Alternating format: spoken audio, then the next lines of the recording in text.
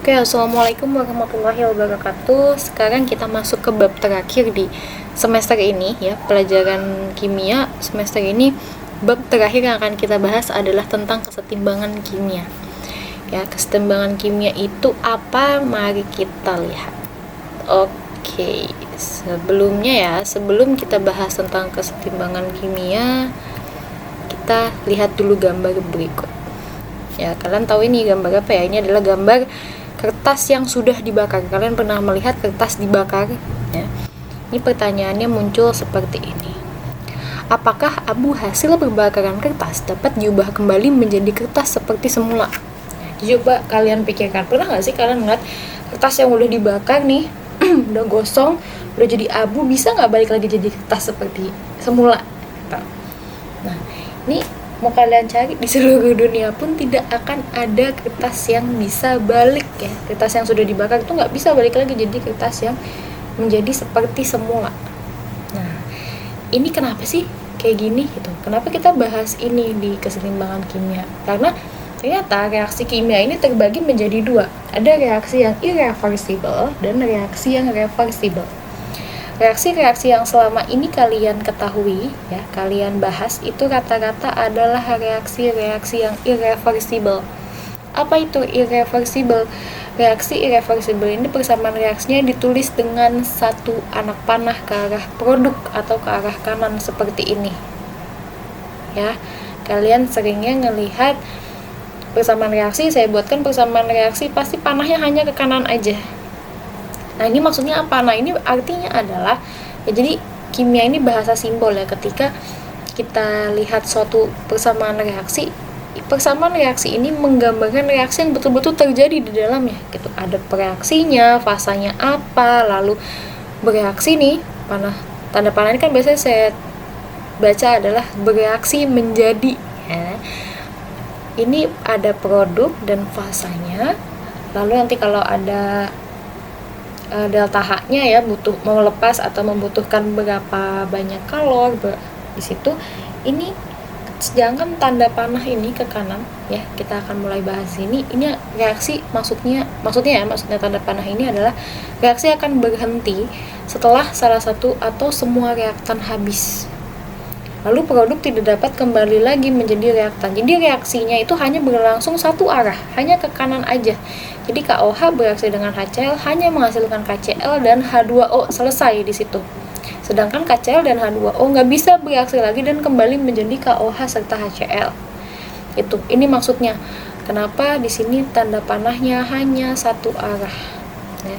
Jadi reaksinya berhenti kalau reaktannya sudah habis dan produk tidak bisa kembali lagi menjadi reaktan. Ini reaksinya berlangsung tuntas. Ya, satu arah saja reaksinya. Sedangkan reaksi reversible ini adalah reaksi yang ditulis dengan dua anak panah yang berlawanan arah. Nah, ini adalah ciri khas reaksi setimbang. Ya, ketika ada dua tanda panah. Nah, ini perlu belajar nih. Kalian perlu belajar membuat tanda panahnya ya, ke sini seperti ini, sama panjang. Ya, kenapa harus sama panjang, Bu?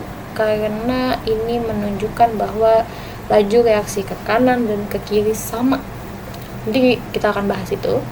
Ya, karena nanti ada lagi reaksi yang seperti ini. Nah, ini maksudnya adalah laju reaksi ke kanan lebih besar daripada laju reaksi ke kiri. Ada juga yang seperti ini, ke kanannya cuma sedikit ya, ke kirinya banyak, gitu panjang. Nah, ini berarti laju reaksi ke kiri lebih cepat daripada reaksi ke kanan, jadi cenderung ke arah kiri produknya. Kalau ini cenderung di kanan produknya. Tapi kalau yang setimbang, ini anak panahnya berlawanan. Ini reaksi reversible, bolak-balik.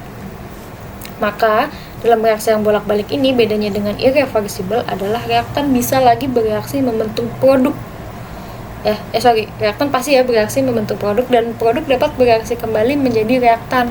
Jadi kalau tadi ini KCl dan H2O nggak bisa balik jadi KOH dan HCl, di sini setelah 2NH3 terurai menjadi N2 dan 3H2, ini N2 dan 3H2 bisa bereaksi lagi balik jadi 2NH3.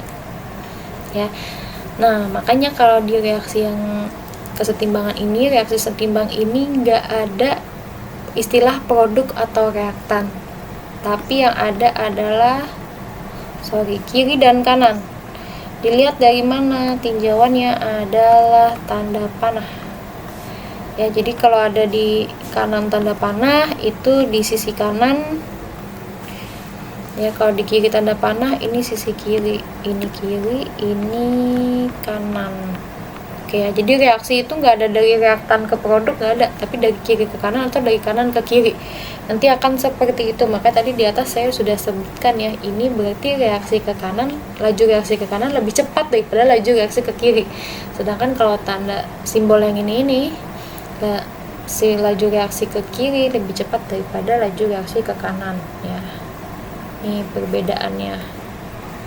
Makanya kalau di reaksi reversibel atau reaksi yang bisa bolak-balik, ini nggak ada produk dan reaktan, tapi adanya adalah kiri dan kanan.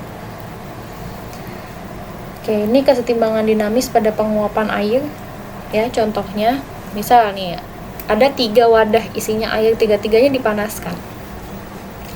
Lalu kita lihat kalau terbuka, ini kan terbuka ya, ini sistem terbuka.